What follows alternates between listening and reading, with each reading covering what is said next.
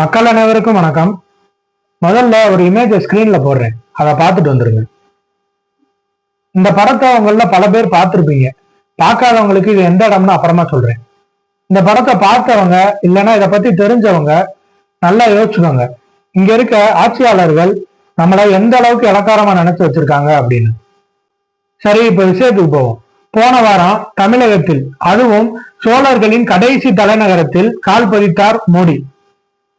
மாமன்னன் ராஜேந்திர சோழனோட சிறப்பு நாணய வெளியீட்டு விழா, ஆடி திருவாதிரை விழா, பேரரசர் ராஜேந்திர சோழனோட வெற்றிகளை கொண்டாடும் விழான்னு முப்பெரும் விழாவா மத்திய கலாச்சார அமைச்சகத்தால கங்கை கொண்ட சோழபுரத்துல ஏற்பாடு செய்யப்பட்டிருந்த நிகழ்ச்சியில கலந்துக்கத்தான் தமிழ்நாடு வந்திருந்தார் பாரத பிரதமர் திரு நரேந்திர மோடி அவர்கள்.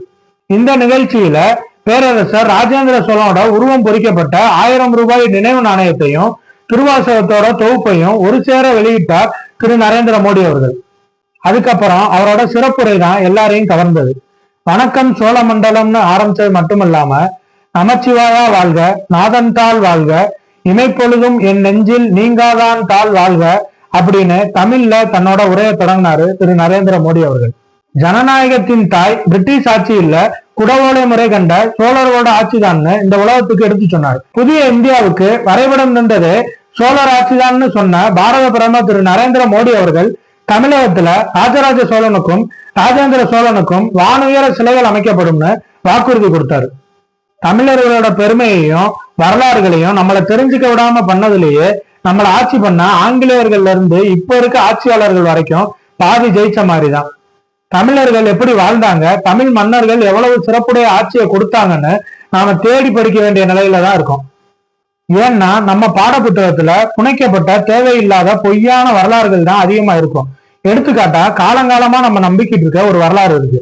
கஜினி முகமது 17 முறை படையெடுத்து விடாமுயற்சியா வெற்றி பெற்றாருன்னு. அது ஒரு பொய் புரட்டு. அவரு யாரோடையும் போருக்கெல்லாம் இந்தியாவுக்கு வரல. அவர் வந்த 17 முறையும் இந்தியாவில இருந்த செல்வங்களையும் கோயில்களை சேதப்படுத்தவும் தான் வந்தாரு. புகழ்பெற்ற சோமநாதர் கோயிலை சேதப்படுத்தினதே அவர் தான். அவர் வாழ்ந்த அதே காலகட்டத்துல வாழ்ந்தவர் தான் பேரரசர் ராஜேந்திர சோழன். ஆனா என்ன ஆச்சரியமா தெரியல, அவங்க 2 பேரும் சந்திச்சுக்கவே இல்லை. ஒருவேளை சந்திச்சிருந்தா இந்த 17 முறைன்ற கதையெல்லாம் இல்லாமவே போயிருக்கும். பேரரசர் ராஜேந்திர சோழன் புகழ்பெற்ற ராஜராஜ சோழன் அவர்களோட மகன். தந்தையை விட சிறந்த தனையன்னு பேர் எடுத்தவர். தோல்வியே காணாத பேரரசன். ராஜராஜ சோழன் அரசனா பதவியேற்றப்ப ராஜேந்திர சோழனோட வயசு 16 தான். தன்னோட 20வது வயசுல இளவரசரா பொறுப்பேற்றுக்கிட்ட இவரு தன்னோட தந்தைக்கு கட்டுப்படாம இருந்த சேர பாண்டிய அரசுகளை கட்டுப்படுத்தி தென்னிந்தியா முழுவதையும் ஒரே குடைக்கு கீழே கொண்டு வந்த பெருமை இவரையே சேரும். கிபி 1012 அரியணையில அமர்ந்த இவரு கிபி 1044 வரைக்கும் ஏறத்தாழ 32 ஆண்டுகள் தென்னிந்தியா வட இந்தியான்னு மட்டுமல்ல, கடல் கடந்து கிழக்கு திசை நாடுகளையும் ஆட்சி பண்ணாரு. வடக்குல கங்கை கடற்கரை முதல் தெற்குல இலங்கை வரைக்கும், மேற்குல மேலை கடற்கரை முதல் கிழக்குல மலேசியா, சிங்கப்பூர், தற்போதைய மியான்மர், ஜாவா, சுமத்ரா, நிக்கோபார் நாடுகள் வரைக்கும் வெற்றி கொண்டு சோழர்களோட புலிக்கொடிய பறக்க விட்ட பேரரசன் இவர். இவருக்கு முன்னாடியும் பின்னாடியும் இப்படி ஒரு அரசர் வாழ்ந்தார்னு வரலாறு இல்லை.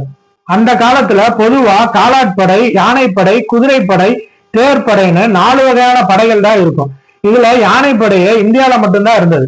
ஆனா ராஜேந்திர சோழன் உலகிலேயே முதலா கடற்படை வச்சிருந்த சிறப்பை பெற்றவர். அதனாலதான் அவரால் கடல் கடந்து போய் புலிக்கொடிய பறக்க விட முடிஞ்சிச்சு.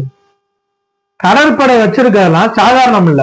எந்தவித தொழில்நுட்பங்களும் இல்லாத அந்த காலகட்டத்துல காற்றின் திசையை அறிஞ்சு போர் கப்பல்களை செலுத்துறதெல்லாம் சாதாரண விஷயம் இல்லை. போர் கருவிகள், வீரர்கள், மருத்துவர்கள், யானைகள், குதிரைகள், இவங்க எல்லாருக்கும் உணவு, மருந்துன்னு எல்லாத்தையும் கொண்டு போறதெல்லாம் நினைச்சாலே தலை சுத்துது. இதெல்லாம் சும்மா போற போக்குல சொல்லிவிட்டு போறதில்ல. இதுக்கு எல்லாத்துக்கும் ஆதாரம் இருக்கு. ராஜேந்திர சோழனோட மெய்கீர்த்திகள் இருக்கு. மெய்கீர்த்தினா உண்மையான புகழை சொல்ற கல்வெட்டுகள். இன்னைக்கும் மலேசியால இருக்க பினாங்கு பகுதிகளில் இவரால கட்டப்பட்ட கோயில்கள் இருக்கு. ஸ்ரீ விஜயம்னு சொல்லப்படுற இன்னைக்கு இந்தோனேசியாவின் தலைநகரான ஜகார்த்தா வரைக்கும் இவரோட ஆட்சியின் கீழே தான் இருந்திருக்கு. கங்கையை கடந்து சென்று பெற்ற வெற்றிகளின் நினைவாகத்தான் கங்கையில இருந்து 1008 கலசத்துல தண்ணியை கொண்டு வந்து ஒரு பெரிய ஏரியை வெட்டி அந்த நீரை பாய்ச்சி கங்கை கொண்ட சோழபுரம்ன்ற புதிய தலைநகரை உருவாக்குனார். தன்னோட தந்தையோட சிறப்புக்கு களங்கம் இல்லாம அவர் கட்டுன தஞ்சை பெருவுடையார் கோயிலுக்கு நிகரா கங்கை கொண்ட சோழபுரம்ன்ற கோயிலையும் கட்டினாரு. அவரோட இந்த வெற்றிகளால தான் கங்கை கொண்டான், கடாரம் கொண்டான்ற சிறப்பு பெயர்கள்ல ராஜேந்திர சோழன் அழைக்கப்படுறாரு. தமிழக மன்னர்கள்ல தலையாய மன்னரா விளங்கின ராஜேந்திர சோழன் அவர்களோட புகழை உலகுக்கு எடுத்துட்டு போற மத்திய அரசை நீங்க பாராட்ட வேணாம். ஆனா அதுல அரசியல் பண்றத நினைச்சா தான் என்ன சொல்றதுன்னு தெரியல. புதுசா கட்சி ஆரம்பிச்ச நடிகர் விஜய் அவர்கள் ஒரு 2 பக்கத்துக்கு அறிக்கை விட்டுருந்தாரு. அதுல மெயினா 2 விஷயம். தமிழ்நாட்டை ஓரவஞ்சனையா பாக்குற மத்திய அரசு சோழர்களை பத்தி எங்களுக்கு பாடம் எடுக்குதா?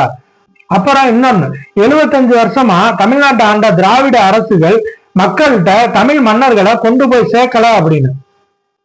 சரி, அவங்க கொண்டு போய் சேர்க்கல. நீங்க மக்கள்கிட்ட நேரடியா தொடர்புல இருக்க ஒரு ஆளு. நீங்க நடிச்சு 68 படம் இது வரைக்கும் வெளிவந்திருக்கு. 69ஆம் படம் வெளிவர போகுது. இதுவரைக்கும் ராஜராஜ சோழன் பத்தியோ ராஜேந்திர சோழன் பத்தியோ உங்க படத்தின் மூலமா மக்கள்கிட்ட கொண்டு போய் சேர்த்திருக்கீங்களா? குறிப்பிட்ட மன்னர்களை பத்தி கூட வேணாங்க, சேர சோழ பாண்டியர்களை பத்தி உங்க படத்திலேயோ ஒரு வசனத்திலேயோ இல்ல ஒரு பாட்டுலயோ இல்ல பொது வெளியிலேயாவது பேசியிருப்பீங்களா?